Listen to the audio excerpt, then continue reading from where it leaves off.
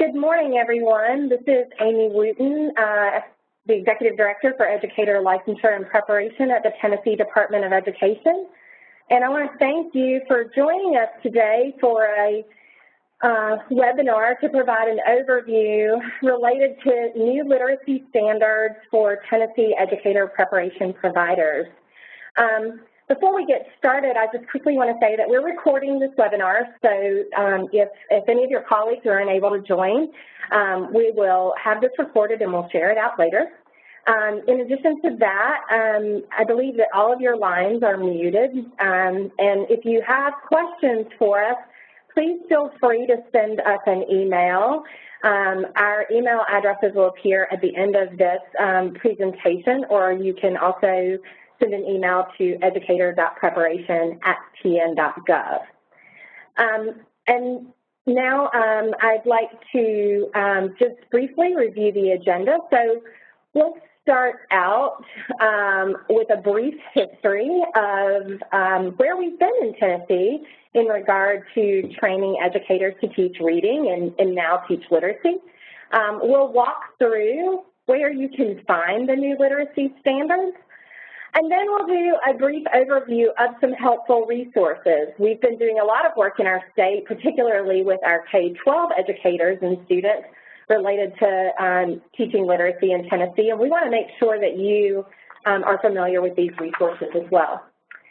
Then we'll move into a brief discussion about the timeline for proposal review. So as you're likely aware, these new standards will require that you align your programs, almost every single one of your endorsement programs, to our new literacy standards. So we'll talk a bit about that process and what it'll look like in the timeline. And then finally, we're going to share with you today some early planning that we have to host a set of regional convenings. We know that there's a lot of work to do related to literacy, and this webinar is only a brief overview. So we want to take some time to have an opportunity to meet with you face-to-face, and we're planning that. So we just want to share a little bit of that information with you. So having said that, I want to introduce you to our newest team member, Dr. Annie Insana. Annie has recently joined our team. This is the middle of her second week with us, so she's still really brand new, but she has hit the ground running, and we're so excited that she's here. She recently joined us from the University of Illinois at Urbana-Champaign, where she was the Assistant Director for Teacher Education there. So I'm going to turn it over to her. Thank you, Amy. I'm excited to be here and to join the department. Before my tenure at University of Illinois, I was an elementary school teacher for 7 years. I spent the last 3 years teaching in Smyrna, Tennessee, in Rutherford County. And upon entering graduate school in 2010, I studied curriculum and instruction with an emphasis in teacher education, and graduated in 2015 and stayed on with the University of Illinois as a postdoc, as Amy said, primarily in the role of Assistant Director of Teacher Education, but also was fortunate to teach elementary literacy and general methods courses, as well as be the part-time director of a statewide organization called the Illinois New Teacher Collaborative, which really focused on induction, mentoring, support for beginning teachers across the state of Illinois. So I really look forward to, over the next couple months, learning more about your programs and specific to literacy, and again, just very happy to be here. Great. Thanks, Annie. And I would be remiss if I didn't also note that Martin Nash is here with us in the room. I suspect that most of you know Martin, and so we'll hand it over to him. Great. Good morning. We're so glad you're able to join us. I do want to give just a very brief history of where we have been with including reading standards and now literacy standards within our prep programs. As you can see by the time arrow, reading became a focal point in 2001 when we included a set of reading standards that applied to the early childhood, elementary, and middle grades programs. And those standards have been included in your programs. They've been part of specialty area program reviews since 2002. The next big event that occurred was our reconsideration of our approval policy.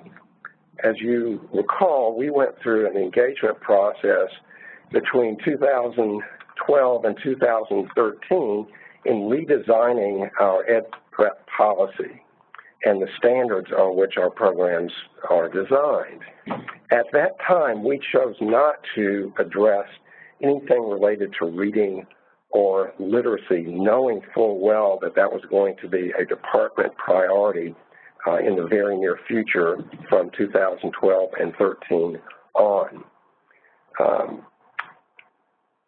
During 2015, the department conducted a survey of 7 EPPs and how they were including reading instruction within their programs. There was a review of the courses, the course syllabi, and some discussions transpired from that review. From that point, a literacy task force that represented EPPs, LEAs, and other stakeholders was convened. It was a 16-member task force. It met throughout 2016. They had 3 face-to-face meetings, multiple conversations beyond the face-to-face meetings, and an initial set of standards were developed. These were clearly aligned to the Tennessee Ready to Read program. It reflected the student standards as well as our special ed framework and the RTI squared framework. Those standards were reviewed by our content specialists here in the department. In addition to our department content specialists, we had over 20 content specialists in your EPP's review standards, and it's from those sets of standards that we proposed to our state board for approval. There was an approval of that initial set in January of 17. Those were primarily focused on early childhood and elementary. The instructional leader literacy standards were approved in April of this year.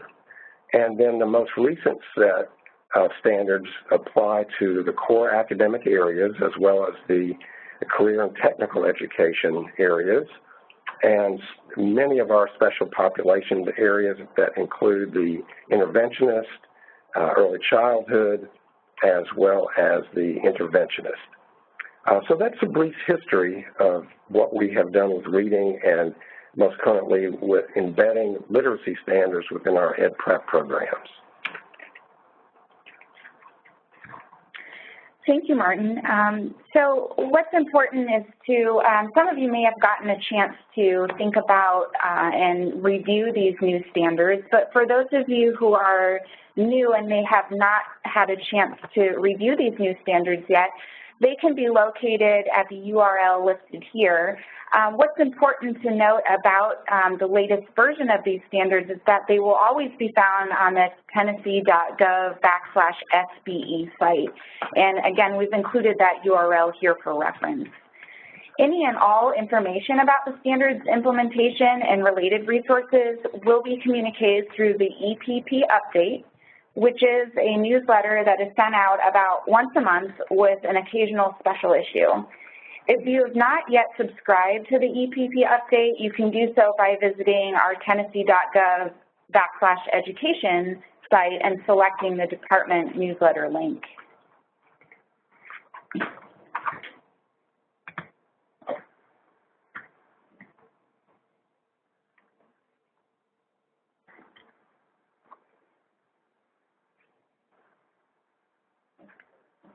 Okay, so to kind of give you a nice overview of this about 100-page document, what we've done is broken down some of the areas that you may find valuable to narrow in as you're thinking about your own programs. So the following slides will highlight a few specific areas to bookmark as you're thinking about implementation of standards within your own, in relation to your own programs. So pages 15 through 18 give a brief overview of the standards for general education, professional education, and specialty area programs. The literacy standards, which is the focus of our conversation today, can be found on pages 19 through 38 of the document. I will make a really quick point here. We strongly recommend that every time you want to review the educator preparation policy, whether it's for the literacy standards or for another purpose, that you do that by going to the state board's website and actually going through their policy link. They change the URL when the policy is updated, and so it's really important to make sure you're looking at the most recent version of the policy, and the best way to do that is by going to directly to it from their website. And if I could echo that as well, that when you talk with your fellow faculty members, be sure to let them know that as well. Often individuals will download the policy onto their hard drive. They may very quickly have a version of the policy that's out of date. So again, always go to the state board website when you want to reference something in the policy. Thank you. So more specifically, as we're looking at the content and implementation standards, set 1, we're looking specifically at the standards for early and elementary as well as special education endorsements, and these are outlined on pages 19 through 30 of the document. In set 2, that can be found on pages 30 through 38, and these standards will include 4 areas of core academic, middle and secondary, career and technical education for pre-K to 12, and English language arts, speech language teacher, and instructional leaders. So these would be helpful to bookmark, especially narrowing in on those particular areas that we've identified for you. In addition to these standards, I wanted to highlight a few helpful resources that may be helpful for you as you're thinking about implementing these new standards throughout your programs. So the department has been working very carefully over the last few years to understand K-12 student literacy development, as well as how teachers are being prepared to meet these students' varied literacy needs. The department has partnered with a TNTP and sent literacy experts in more than 100 elementary classrooms across the state to learn about patterns of classroom instruction. These data were analyzed along with teacher and administrator surveys and student achievement data, and the results of which were published in a series of studies which I'll briefly touch on today. The first is entitled Setting the Foundation and was published in February of 2016, around the same time the Literacy Task Force began developing the new standards, as Martin had described earlier. Though there were several informative findings and subsequent recommendations, I'll highlight a few related to literacy that show how we have gotten where we are today in regards to the Read to Be Ready initiative, with the ultimate goal of 75% of students reading proficiently by 2025. Both the Setting the Foundation and Building the Foundation reports are helpful to understand the context of Tennessee's classrooms.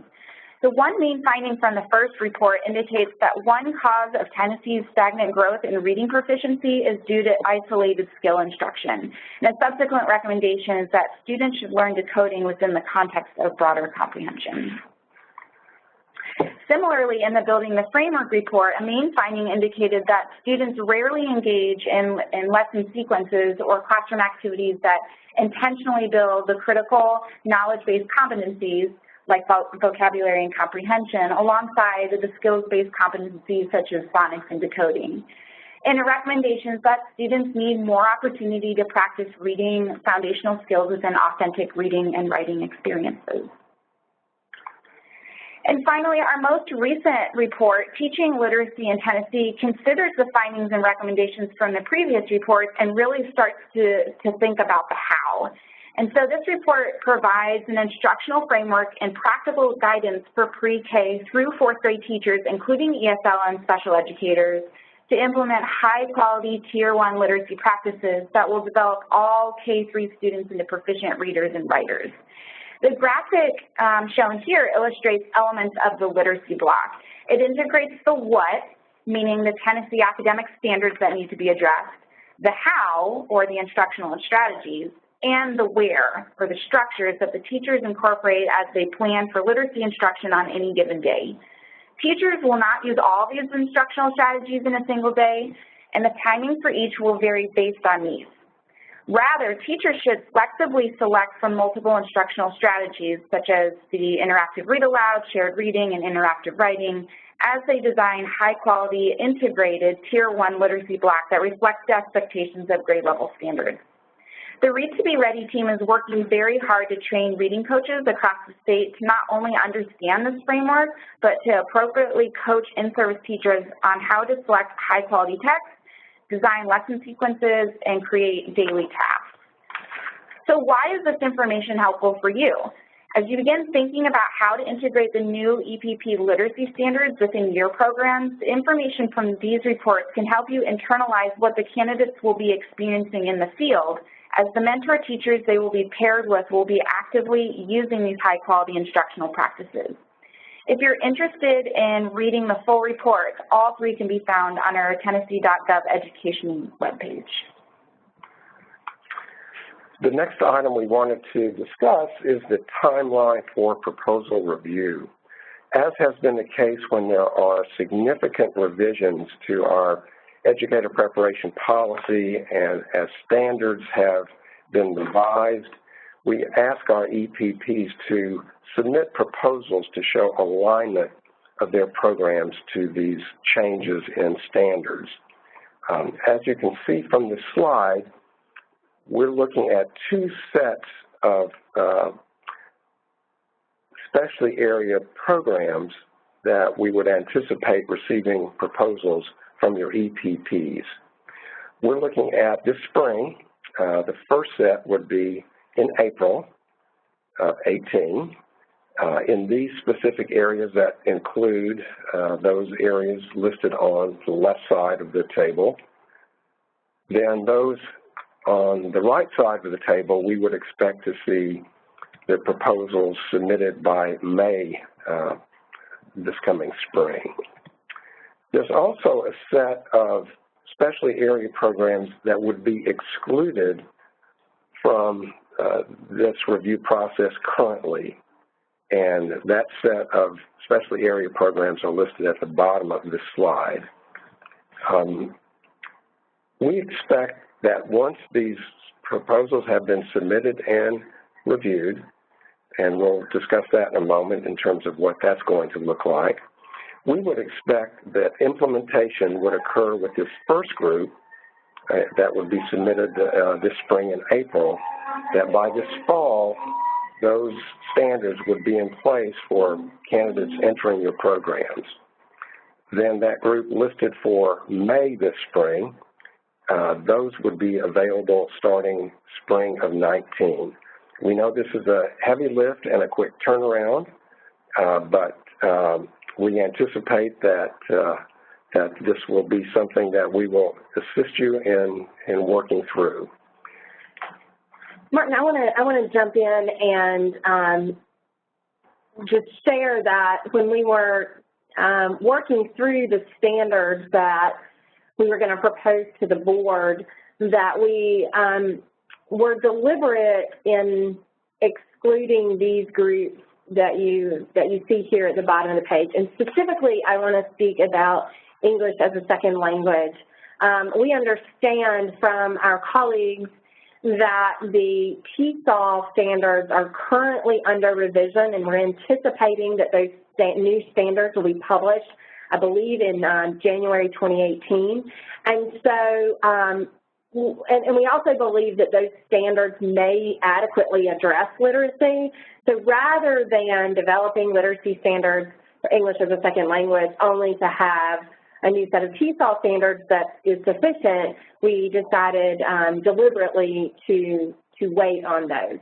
We also know that we likely need some significant revisions to our reading specialist endorsement, and wanted to make sure that we adequately engaged with our stakeholders, both in our K-12 settings as we, begin to implement teaching literacy in Tennessee and the Read to Be Ready model, and make sure that we understand what characteristics, attributes, knowledge, and skills we need our reading specialists to have as we move forward. So I think you can anticipate that there will be some additional standards proposed, but we'll communicate, obviously, about those as that is happening, and those are not a part of this review process.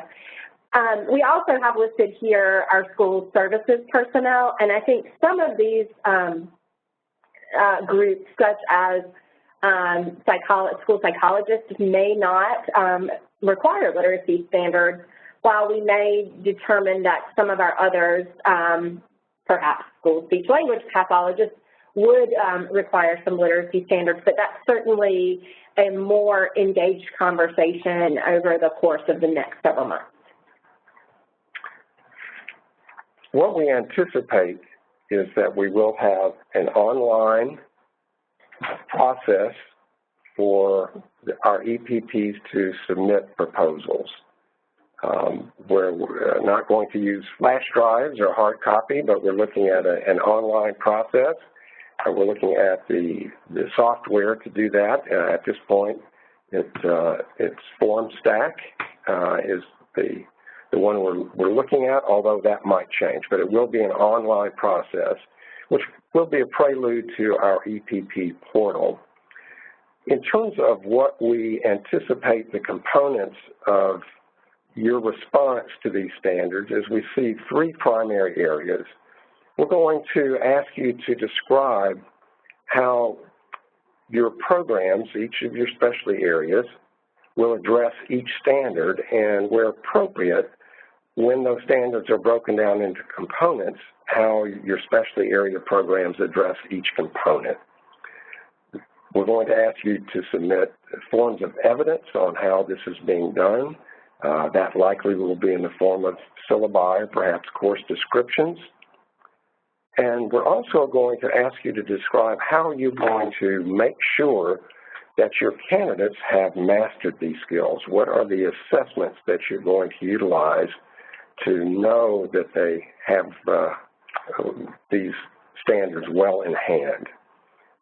One area that will also be included, but it'll be a broad area that we would like a response to, is how there'll be clinical components associated with these standards. Again, as you review these standards, you will see references to some clinical experiences that should be included in your alignment.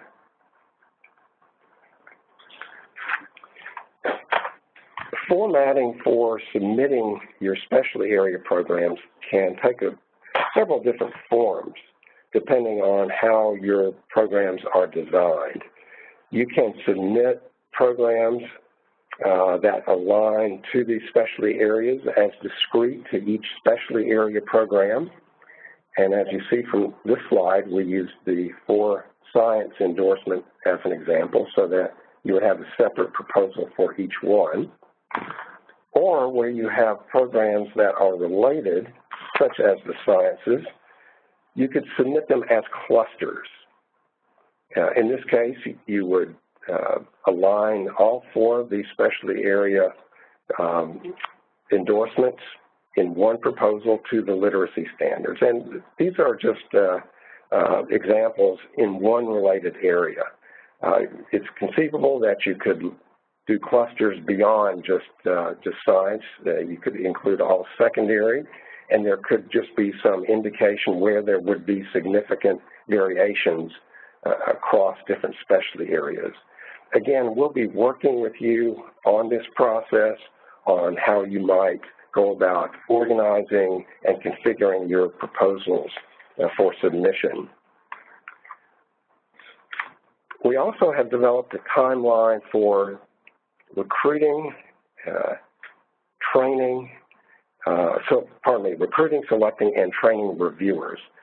We look at outside reviewers as key to this process, and we're going to rely very heavily on individuals who are with EPPs.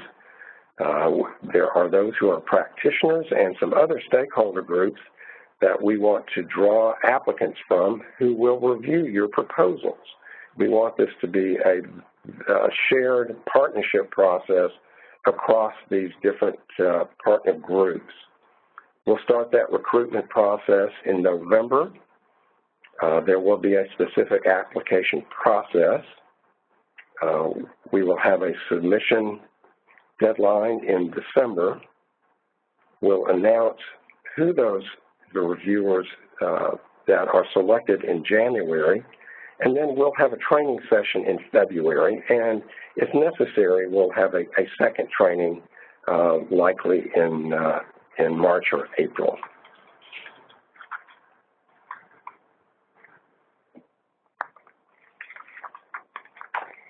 So as we begin to wrap up, we want to share with you some current thinking about a series of regional convenings. So as many of you know, if you've been working with our office over the past several years, we've been really focused on moving away from a compliance-oriented approach to program approval in Tennessee, and we're really wanting to be supporting our ed prep providers substantively.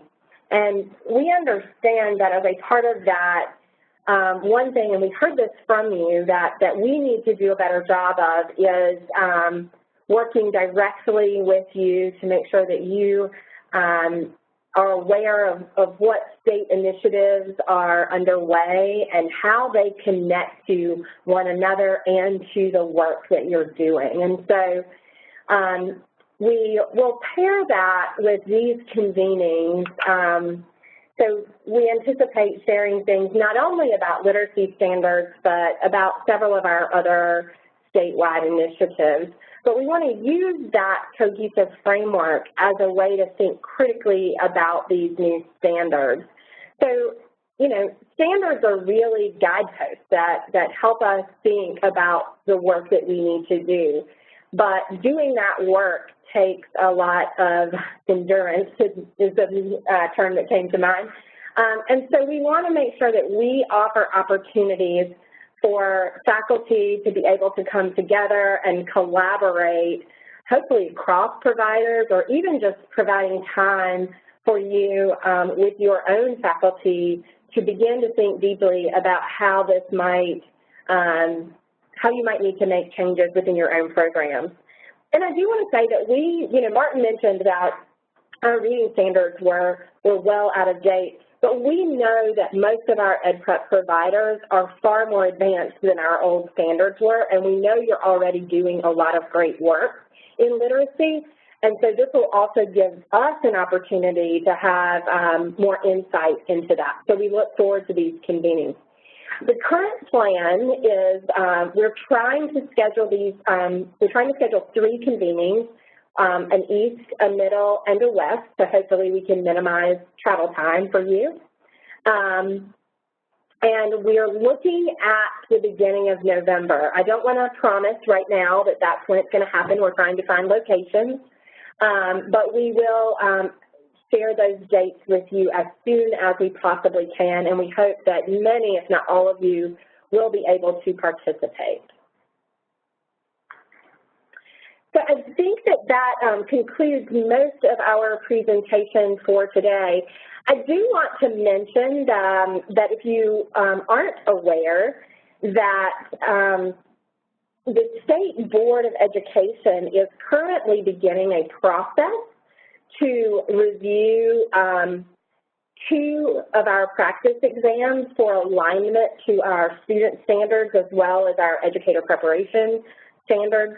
And those two exams are the reading test that we use that Practice offers, as well as the secondary math test. And so just wanted to make sure this group was aware that that process is beginning. They have recruited a set of stakeholders with literacy expertise, and our team will be involved in that as well, and we'll keep you up to date on what we're learning through that process. And then finally, we do want to mention, and some of you likely have been a part of our work, to begin to think about building a literacy network in our state. And the idea is that we want to regularly convene representatives from across our providers to think together, collaborate, research together, push our state to make sure that our preparation as it relates to literacy instruction is really strong and, in fact, leading the country. And we still plan to convene the network. We had thought we might do it this fall, but then we realized that we really wanted to host these convenings prior to kicking that off. And so I currently anticipate that we'll be kicking that off in the beginning of 2018. So please look for information about that. And again, we hope that every EdPrep provider will be represented on that network. So with that, Annie or Martin, do either of you have any other last thoughts? Thank you. We're just thrilled to have Annie with us. We've been anticipating her arrival for quite some time, knowing that this is going to be an area that certainly was going to benefit the students in our P-12 classrooms. Thank you, Martin. Have a great day, everyone. Please get in touch with us with any questions you have.